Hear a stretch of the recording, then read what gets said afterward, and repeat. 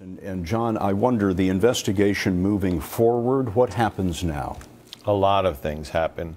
You've got the FBI's CART team, the computer analysis response team, mirroring the hard drive on his computer so that they have a copy they can work with and trying to exploit what they can learn from there.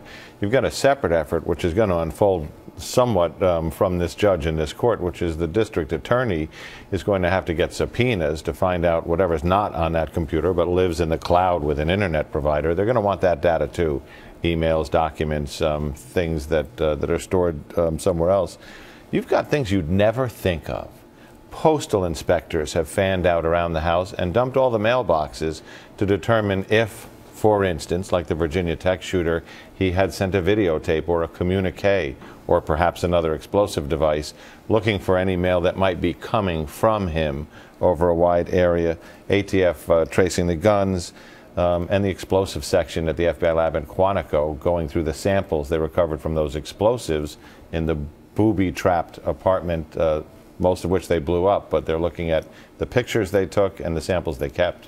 So there will be a meticulous assembling of all of the evidence, but really there's only one mystery here, and that's why on earth anyone would do such a thing. And that is the abiding mystery. Talked to Chief of Police Dan Oates Sunday morning and said, you know, Can you put a marker on what that last stressor was that caused him to suddenly start ordering all of this equipment and guns? And he said something fairly cryptic, which is, you know, we have heard a morsel that may or may not be true, his words, about a relationship that ended, but we're still delving deeper into that.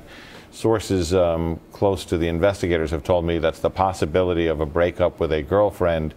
In these cases, that wouldn't be atypical, but it wouldn't be the sole driver. Usually it's problems at work, problems at school, problems with a relationship build up, but they don't have full visibility on that yet. He was a gifted student going to school on a federal grant in neuroscience, a grant very hard to get, a very gifted student who dropped out of school just last month. So this is a NIH grant, National Institute for Health in Bethesda. This is a $21,000 grant that comes in monthly stipends.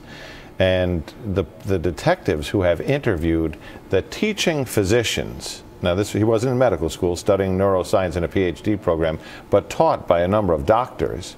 One of his teaching physicians told the investigators over the weekend this was a brilliant student, which of course doesn't comport with his withdrawal from the PhD program, but that might have just been to devote his full time to developing this deadly plot.